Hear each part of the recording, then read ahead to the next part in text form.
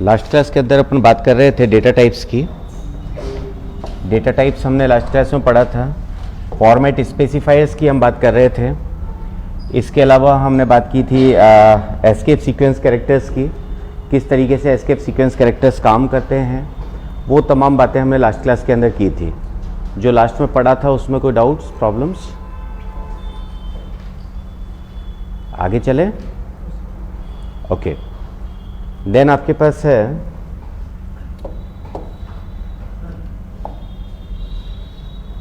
कुछ एक क्वालिफायर्स आपके पास हैं।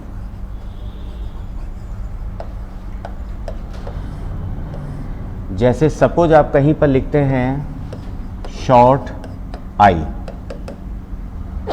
केवल आपने शॉर्ट आई लिखा है तो इसका मतलब होता है शॉर्ट इंट आई। इसका मतलब होता है शॉर्ट इंट आई। अगर कहीं पर मैं लिखता हूं लॉन्ग आई, इसका मतलब होता है लॉन्ग इंट आई। अगर मैं कहीं पर लिख देता हूं signed I, it means signed int I. The same way अगर मैंने लिखा unsigned I, it means unsigned int I. तो इस तरीके से अगर एक क्वालिफायर जो आपका है, इससे आपके समझ में आ जाना चाहिए कि अगर मैं सिंपल साइंड का मैं ले रहा हूं तो साइंड का मतलब होता है साइंड इंट आई। केवल अगर मैंने लिखा शॉर्ट तो उसका मतलब है शॉर्ट इंट आई। ठीक है?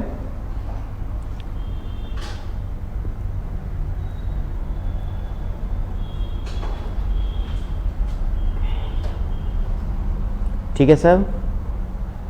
वापस से अपन आते हैं अपने टोकन्स के ऊपर। टोकन्स को अपन ने 5 कैटेगरीज के अंदर डिवाइड किया था। हमने कहा था टोकन्स हमारे होते हैं keywords, identifiers, literals, separators and at last we talked about operators. Keywords upon discuss कर चुके थे। हमने कहा था 32 कीवर्ड होते हैं। सभी कीवर्ड अपने इंग्लिश के स्मॉल लेटर्स में होते हैं। ये तमाम बातें अपन ने की थी। आइडेंटिफायर्स हमने कहा था हर लैंग्वेज के अंदर आइडेंटिफायर के रूल्स होते हैं।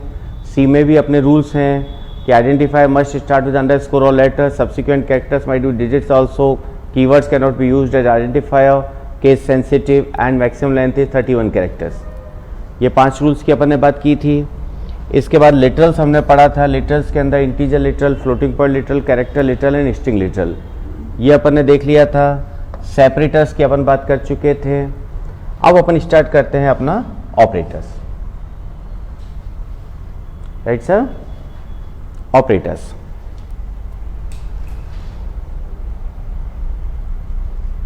अलग अलग तरीके से के ऑपरेटर्स हमारे पास सी के अंदर अवेलेबल है। सबसे पहले बात करते हैं अरिथमेटिक ऑपरेटर्स की। सबसे पहले बात करते हैं अरिथमेटिक ऑपरेटर्स की। 5 अरिथमेटिक ऑपरेटर्स हैं, plus, minus, multiplication, division and modulus. 5 arithmetic operators अपने पास हैं, plus, minus, multiplication, division and modulus. पहले 4 में हमको कोई दिक्कत नहीं होगी। हमको पता है एडिशन कैसे होता है, सब्ट्रैक्शन कैसे होता है, मल्टीप्लिकेशन कैसे होगा, डिवीजन कैसे होगा, हमको अच्छी तरह पता है। अपन बात करते हैं मॉडुलस की। मॉडुलस में कुछ चीजें यहां पर हमारे पास डिफरेंट है। मॉडुलस काम में लेते हैं किसी नंबर को किसी से डिवाइड किया तो शेषफल क्या बचता है। जैसे आपने कहा 12% 5, क्या रिजल्ट आएगा साहब आपका? 2।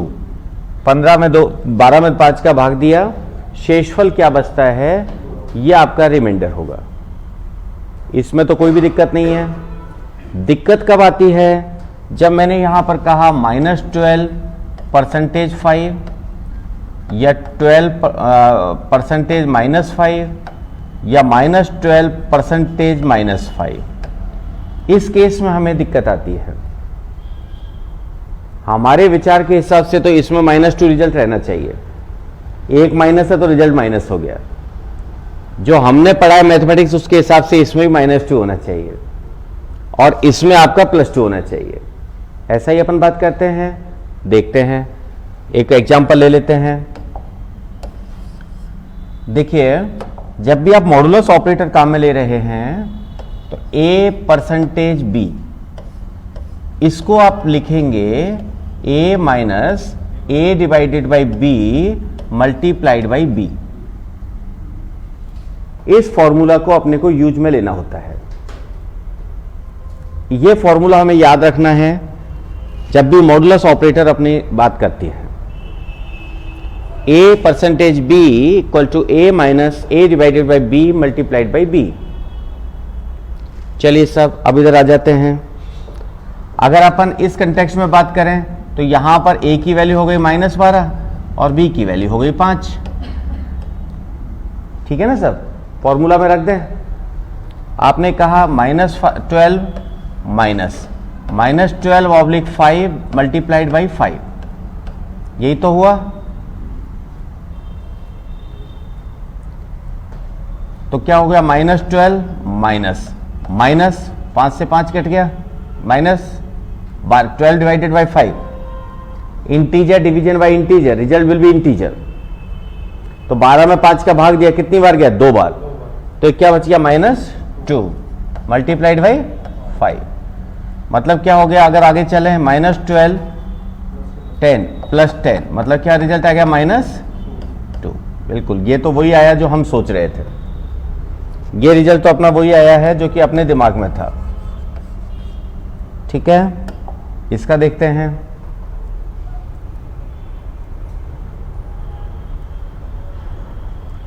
ये तो क्लियर है 100%। आगे आ जाते हैं।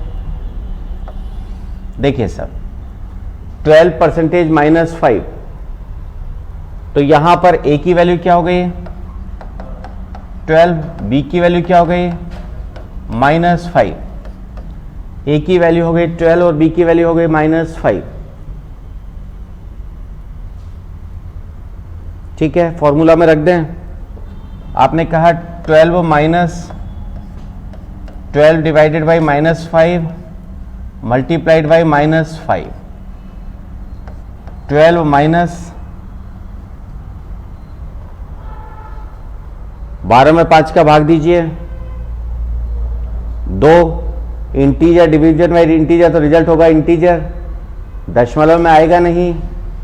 तो क्या हो गया सब, -2 मल्टीप्लाइड बाई -5, 5 दूनी 10, माइनस माइनस हो गया प्लस, तो 12 माइनस, मतलब क्या रिजल्ट आ गया सब आपका, प्लस का। देखिए नीचे -5 है तो भी रिजल्ट क्या रहा है आपका, +2। कंफ्यूज मत होइएगा कि एक माइनस है तो रिजल्ट माइनस रहेगा। ठीक है, अपन फॉर्मूला में वैल्यू रख के देख रहे हैं तो रिजल्ट हमें क्या मिल रहा है, +2। आगे चलें सर, चलिएगा।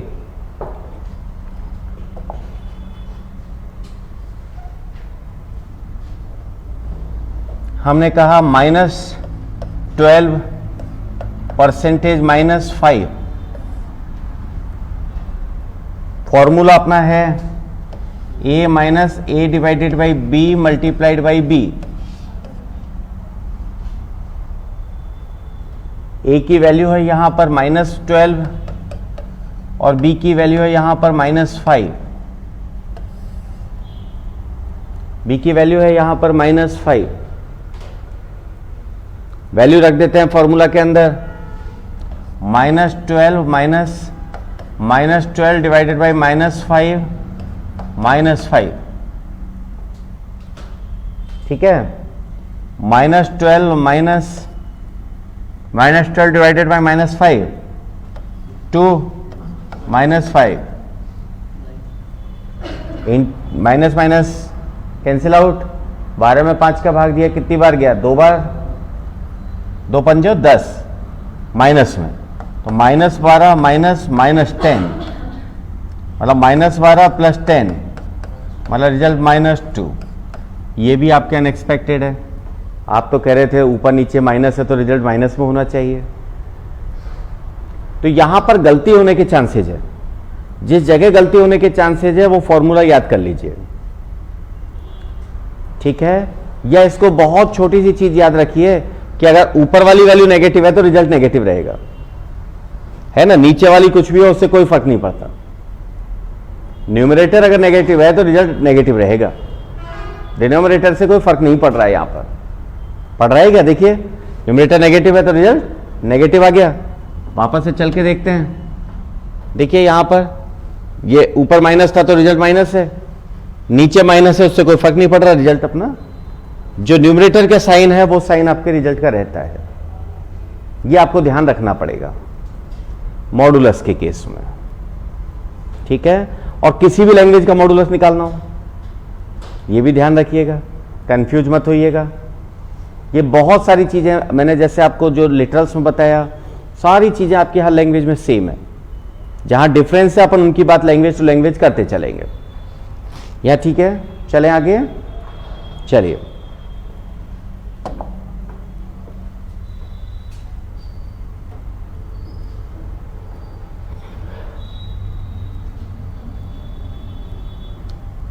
अर्थमेटिक ऑपरेटर्स के बाद आपके पास आता है इंक्रीमेंट डिक्रीमेंट ऑपरेटर्स।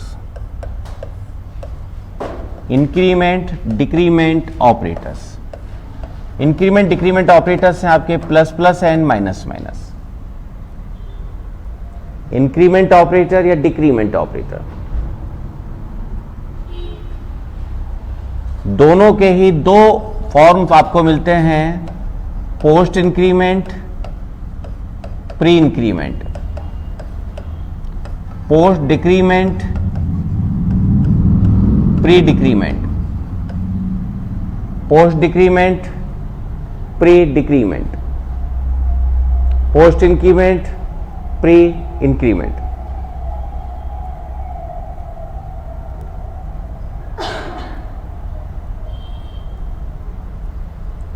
जैसे कहीं पर अगर आप लिखते हैं a = 10, आपने लिखा a ++, इसका मतलब हो गया a = a+1। अगर आपने लिखा ++a, इसका मतलब हो गया a = a+1। फर्क कहां पर है वो बात करते हैं। फर्क कहां पर है वो बात अभी कर लेते हैं। सामान्यतया तो आपने प्री इंक्रीमेंट लिखा है चाहे पोस्ट इंक्रीमेंट लिखा है, दोनों का मतलब एग्जैक्टली सेम है। दोनों का मतलब एग्जैक्टली सेम है।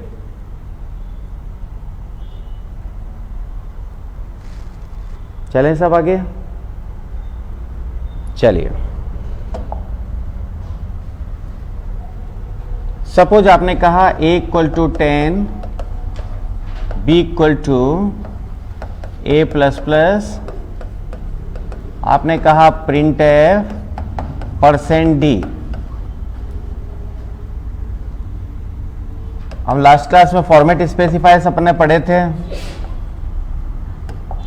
%d हमने कहा a और b दोनों को डिस्प्ले करवा दिया।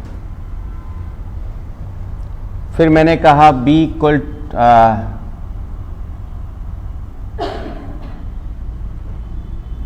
++a। अब हमने इस जगह पर कहा print F %d a b।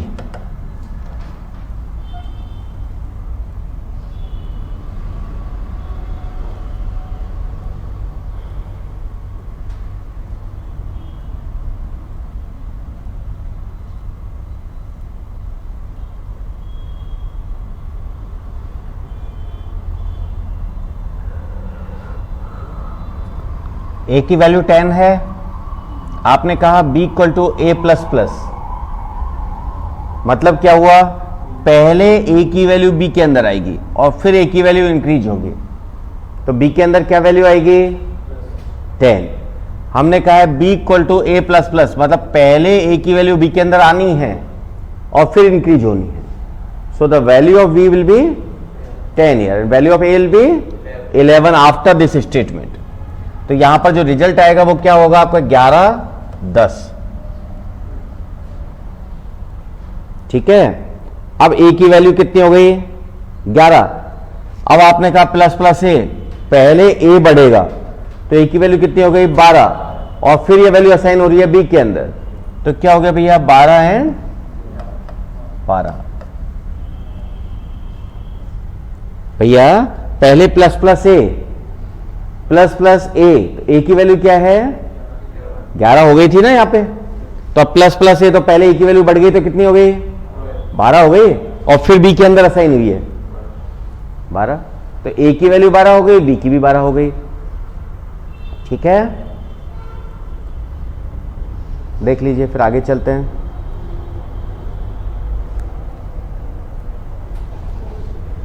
जी यहां पर इस जगह पर बेटा a की वैल्यू 10 है, आपने कहा b equal to a plus plus, plus plus बाद में लग रहा है, तो पहले a कहां आएगा b के अंदर और फिर a इंक्रीज होगा, तो पहले a b के अंदर आया तो क्या आ गया b के अंदर 10 और अब a बढ़ गया, तो इस लाइन के बाद में a की वैल्यू तो क्या हो गई 11, पर b में तो पहले ही 10 आ गया था ना, तो b में तो वैल्यू 10 ही रहेगी ना। और एग्जांपल ले लेते हैं।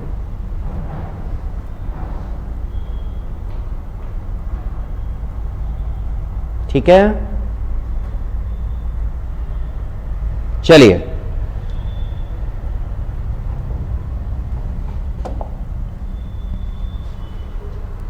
जैसे आपने कहा इंट a इक्वल टू 10, आपने कहा साहब print F %d a plus plus, फिर आपने कहा प्रिंट एफ से %d से a, अब आपने कहा सब प्रिंट एफ से %d प्लस प्लस a, फिर आपने कहा सब प्रिंट एफ से %d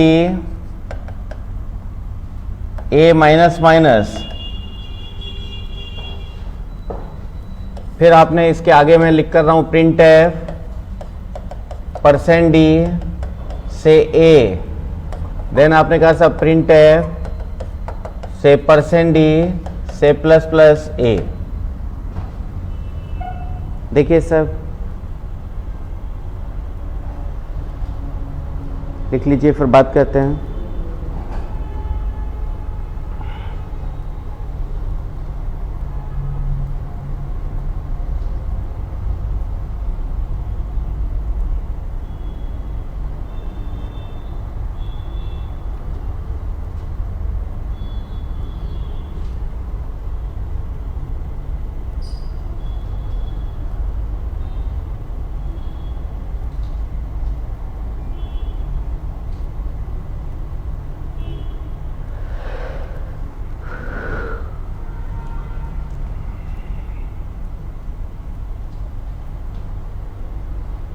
ठीक है सर,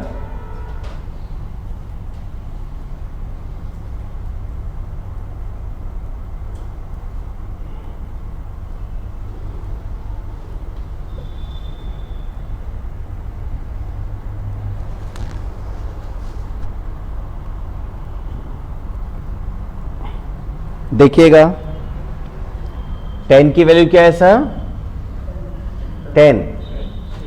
अब आपने कहा डी ए प्लस प्लस, मतलब पहले ए की वैल्यू कहां आएगी %d की जगह पर। This %d is place holder format specifier. Last class में अपन बात कर रहे थे ना कि इंटीजर के लिए क्या काम में लेते हैं, या तो %d या %i है ना, तो %d क्या है प्लेस होल्डर है, किसी जगह को रोक के बैठा हुआ है, किसके लिए जो भी पहली वैल्यू आएगी। तो a की वैल्यू कहां आएगी %d की जगह पर, क्या वैल्यू आएगी a की 10, और फिर a बढ़ गया, तो यहां पर प्रिंट तो क्या होगा आपके पास 10। ठीक बात है, इसी तरह अब यहां पर क्या प्रिंट होगा सर? 11, क्योंकि अब क्या हुआ, ए प्लस प्लस हो चुका था इस लाइन के खत्म होने के बाद। ए को जब प्रिंट करवाया तो 10 ही प्रिंट करवाया, लेकिन उसके बाद प्लस प्लस हो गया, तो ए की वैल्यू क्या हो गई? 11। Now A will be displayed as 11। यहां तक बात खत्म, इस जगह तक। अब आगे चलते हैं। अब आपने कहा प्लस प्लस से, अब पहले ए की वैल्यू बढ़ गई है, पहले ए की वैल्यू बढ़ गई है, तो पहले कितनी हो गई? 11 थी, अब कितनी हो गई? 12। और तो यहां पर क्या डिस्प्ले करेगा साहब? ये 12। अब आपने कहा ए माइनस माइनस, अब क्या डिस्प्ले करेगा? 12, क्योंकि माइनस माइनस बाद में है, पोस्ट डिक्रीमेंट है, तो पहले वैल्यू क्या डिस्प्ले करेगा? 12। देन आपने ए को डिस्प्ले किया, क्या डिस्प्ले होगा सर? 11। अब प्लस प्लस ए क्या डिस्प्ले करेगा सर? 12। आई होप 100% क्लियर है ये।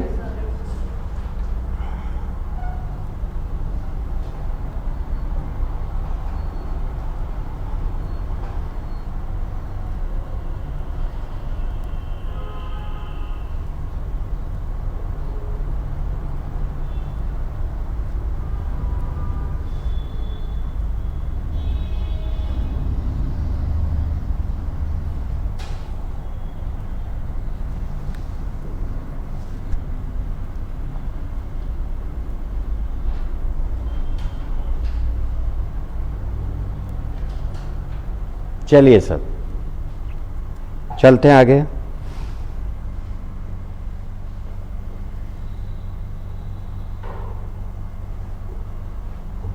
इसके बाद अपने पास आता है रिलेशनल ऑपरेटर्स या कंपैरिजन ऑपरेटर्स।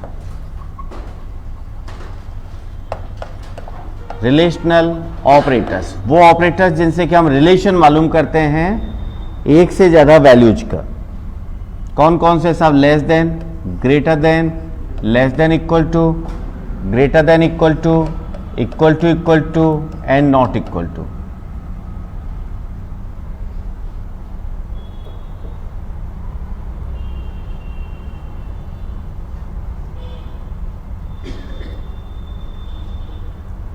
यहां पर सबसे पहली बात समझने की तो यह है कि सपोज मेरे पास 3 नंबर्स हैं A B C, A equal to 10, B equal to 20.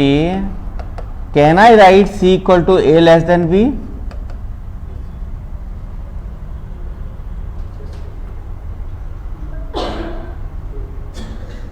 A less than B. We are using a relational operator with 2 integers. Can I write A less than B, C equal to A less than B? Then what will be value of C?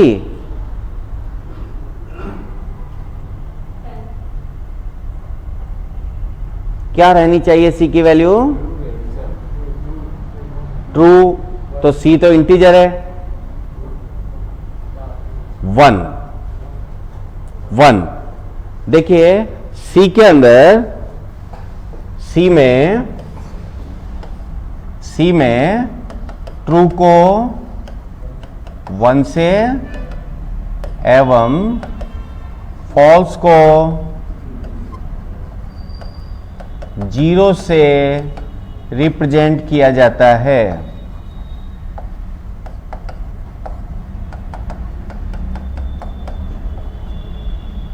True means 1 and false means 0।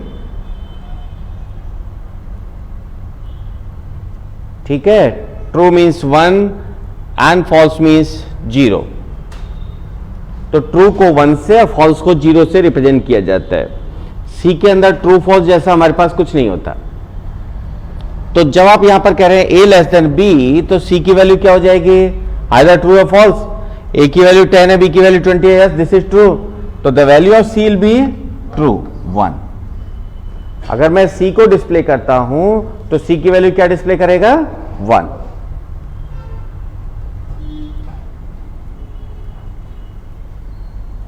Is this okay?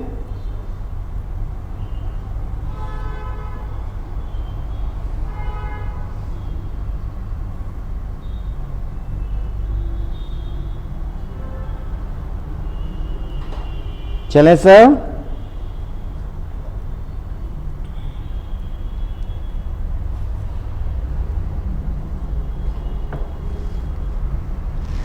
देखिए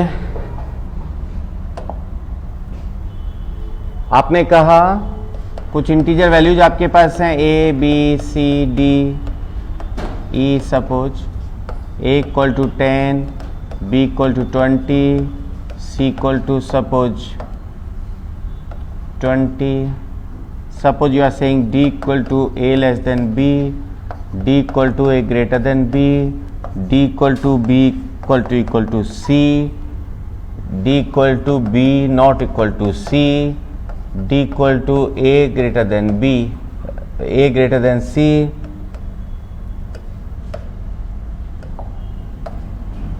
देखते हैं जरा एक एक को, क्या value रहेगी यहां पर d की. ए लेस देन बी है तो ट्रू है तो क्या वैल्यू आ गई इसकी 1. ए ग्रेटर देन बी है फॉल्स, तो यहां पर क्या वैल्यू हो गई. बी इक्वल टू सी है तो इसकी क्या वैल्यू आ गई sir. B not equal to C है false 0. A greater than C false. आसान है बिल्कुल. तो रिलेशनल ऑपरेटर्स यहां पर अपन यूज में ले सकते हैं.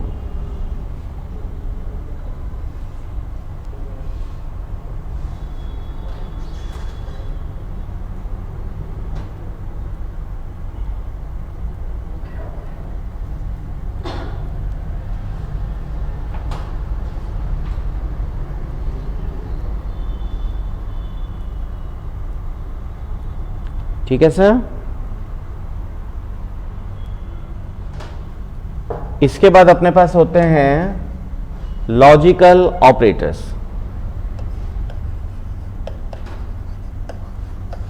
लॉजिकल ऑपरेटर्स 3 लॉजिकल ऑपरेटर्स अपने पास हैं. एंड, और, एंड नॉट. 3 लॉजिकल ऑपरेटर्स अपने पास हैं. एंड, और, एंड नॉट.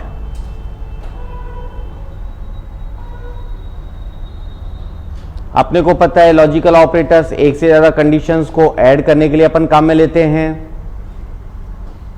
एक एक की अगर ट्रुथ टेबल लें, एंड की जो ट्रुथ टेबल होगी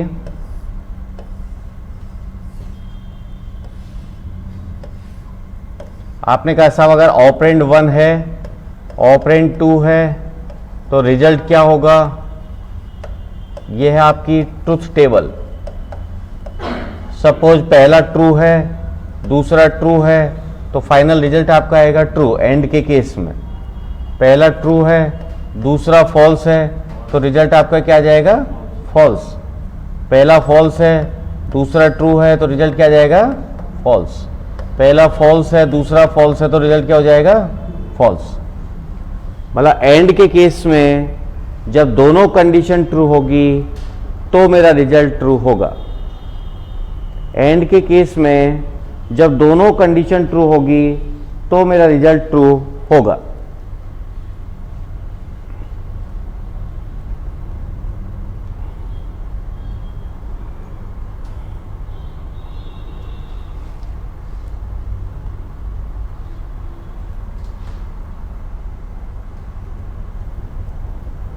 चलिए सर एग्जाम्पल ले लेते हैं थोड़े से.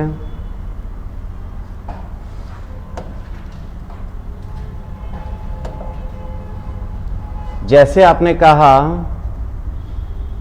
कुछ नंबर्स ले लेते हैं A B C D. A equal to 10, B equal to suppose 20, C equal to suppose 15. You said D equal to A less than B and B less than C. D equal to A less than B and C less than B. D equal to A equal to B and B is not equal to C. D equal to B less than C and A less than B. D equal to C less than B and B greater than C. D equal to A is not equal to B and B is not equal to C.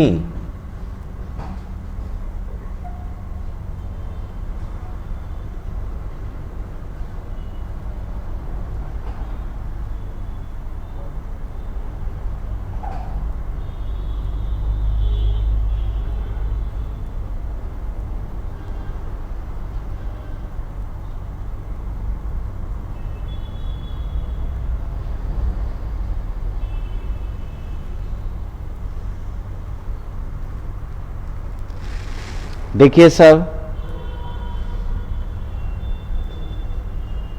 इस condition का result क्या होगा, ए less than B true, और इस condition का result क्या होगा, false.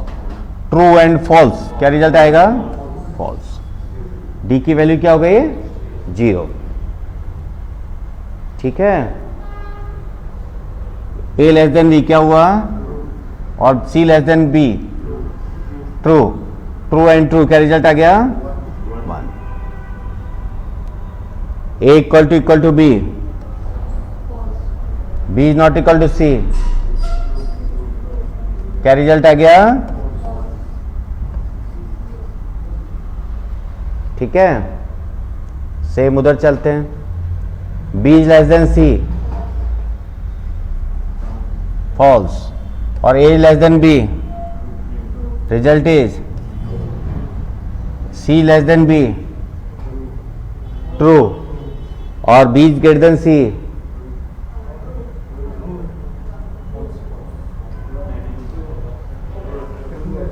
True ही तो है ना। तो फाइनली रिजल्ट क्या होगा, A is not equal to B and B is not equal to C, true and true, result is 100% clear है।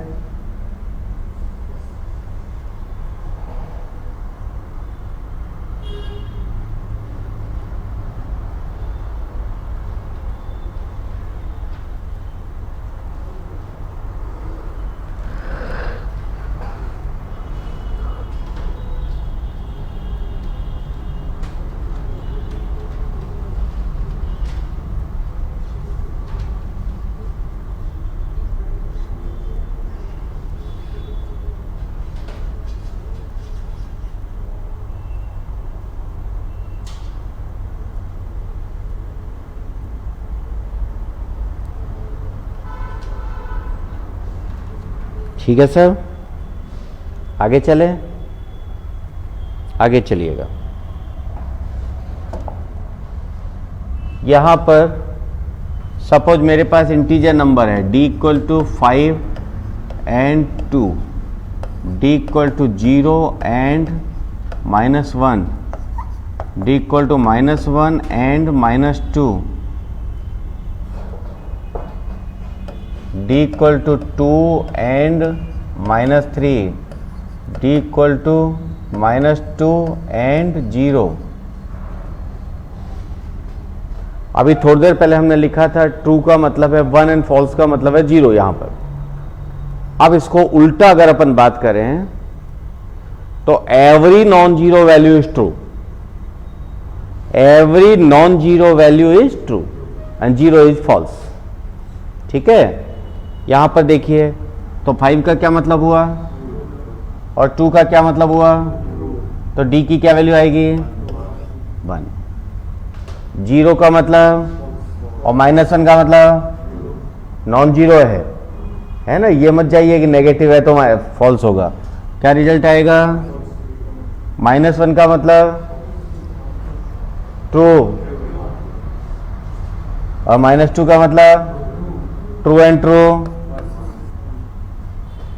2 का मतलब -3 का मतलब क्या रिजल्ट हो गया, -2 का मतलब 0 का मतलब क्या रिजल्ट हो गया। ये छोटे क्वेश्चंस हैं जो कि आप बड़ी आसानी से एक्सपेक्ट कर सकते हैं अपने पेपर्स के अंदर। छोटे क्वेश्चंस की ज्यादा उम्मीद होती है आने की, ट्रिकी क्वेश्चंस जी।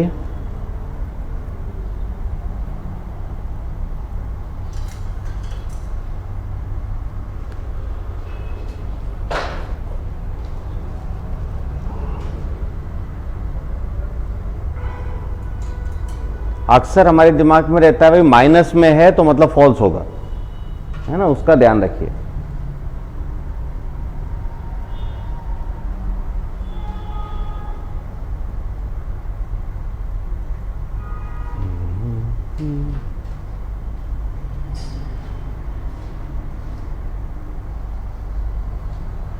चलें आगे,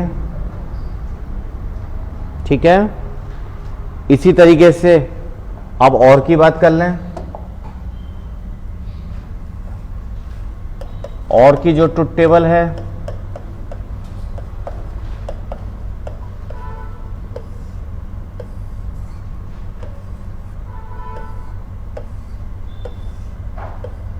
पहला ऑपरेंड, दूसरा ऑपरेंड एंड रिजल्ट। पहला ऑपरेंड ट्रू है, दूसरा ट्रू है तो रिजल्ट होगा ट्रू। पहला ट्रू है, दूसरा फॉल्स है तो रिजल्ट होगा ट्रू।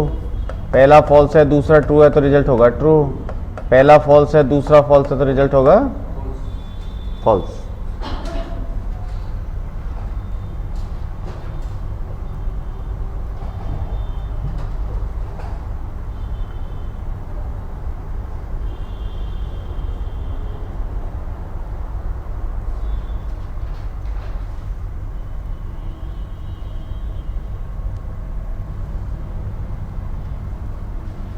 ठीक है सर, आगे चलें।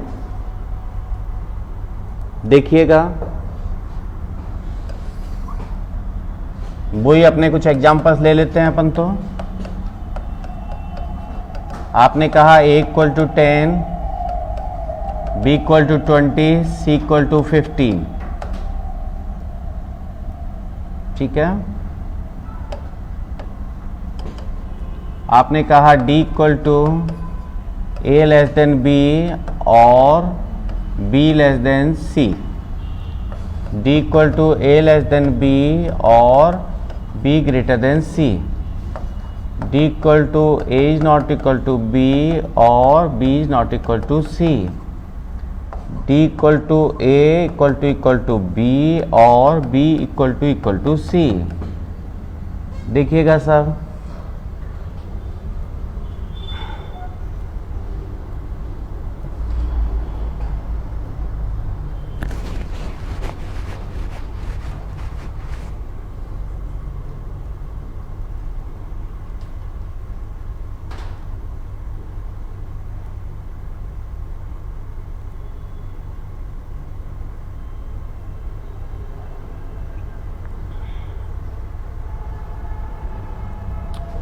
a less than b true या false?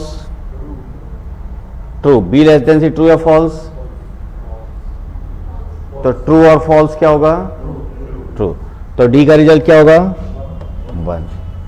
The same a less than b true या फॉल्स और b ग्रेटर देन c, तो रिजल्ट क्या होगा? True. a is not equal to b,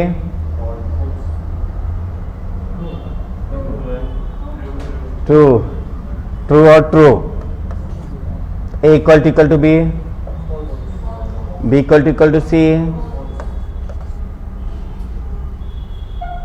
ठीक है, लिख रहे हैं।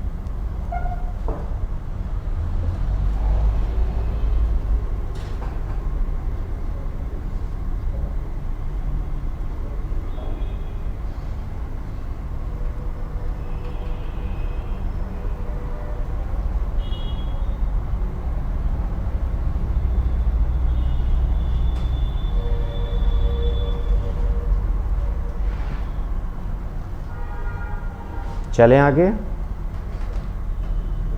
चलिए आगे। देखिए सर,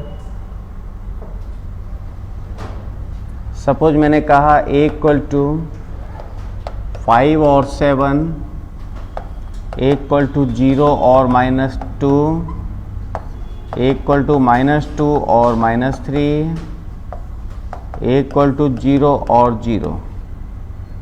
क्या होगा? 5 का मतलब ट्रू, 7 का मतलब ट्रू और ट्रू, रिजल्ट इज 0, -2, 0 और -0 और true, true and true, true और true, result is true. 0 is false, false and false, result is. Clear है सब कुछ?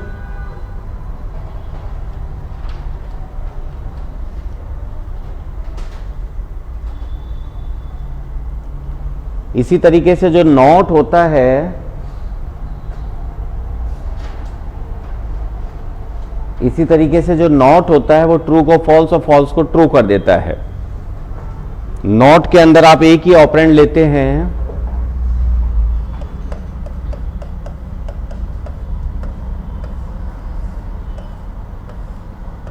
ऑपरेंड रिजल्ट, ट्रू का फॉल्स हो गया, फॉल्स का ट्रू हो गया।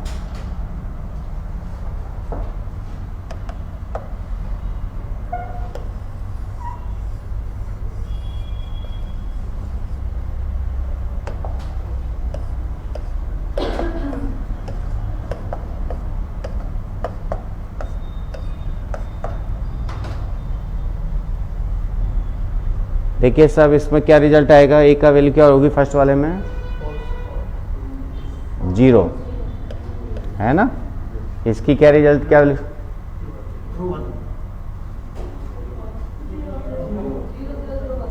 जीरो और फॉल्स और true, result is true, true का हो गया नॉट तो 0 रहा ना।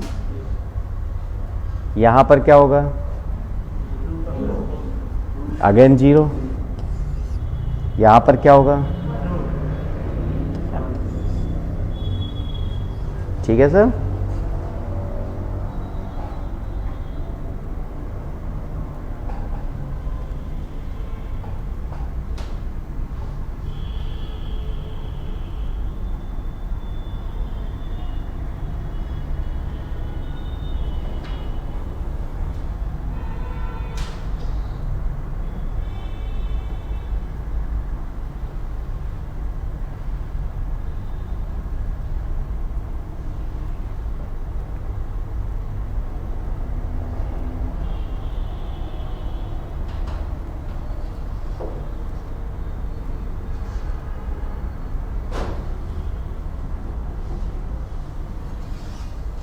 चलें आगे, चलिएगा यहाँ तक क्लियर है बिल्कुल। अपने अर्थमेटिक ऑपरेटर्स 5 अर्थमेटिक ऑपरेटर्स हैं। बेसिकली परसेंटेज ऑपरेटर अपना डिफरेंट था। परसेंटेज ऑपरेटर में आपके पास था ए परसेंटेज बी का जो फॉर्मूला था A minus A divided by B multiplied by B, ये फॉर्मूला अपना था। इसके बाद हमने रिलेशनल ऑपरेटर्स की बात की। हमने कहा था रिलेशनल ऑपरेटर्स जो रिजल्ट देते हैं वो ट्रू या फॉल्स देते हैं। सी के अंदर ट्रू को 1 और फॉल्स को 0 से रिप्रेजेंट किया जाता है। अगर हम उल्टी बात करें तो हम कहेंगे नॉन जीरो को हम ट्रू से रिप्रेजेंट करते हैं। Non zero is basically true, zero के अलावा जो भी होगा वो क्या होगा, ट्रू होगा। ये अपन बात कर रहे थे, ठीक है। इसके बाद हमने कहा था कि जो अपने पास बूलियन लॉजिकल ऑपरेटर्स हैं, लॉजिकल ऑपरेटर्स हमने कहा 3 ऑपरेटर्स हैं, ट्रू एंड और एंड नॉट।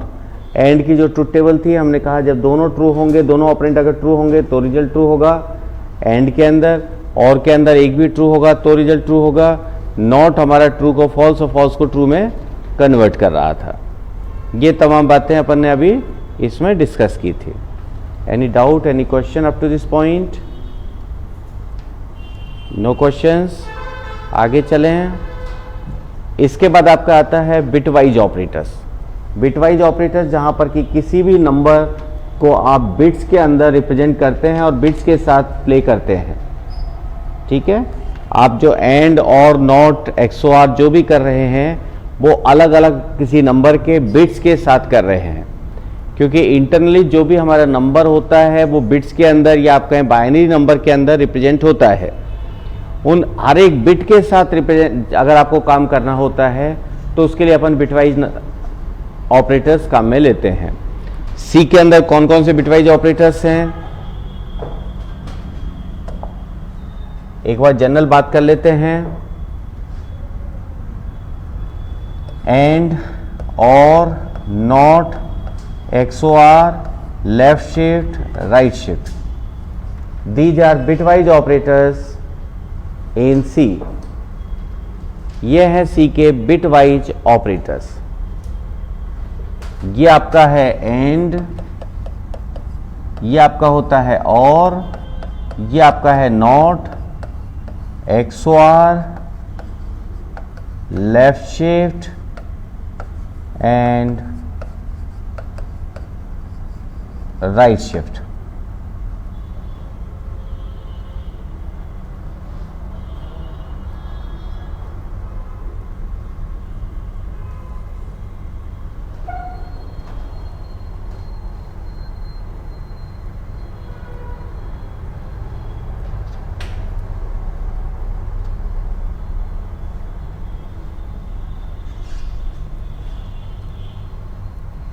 मुझे लगता है इसकी डिटेल में अपन नेक्स्ट लेक्चर में ही चलते हैं।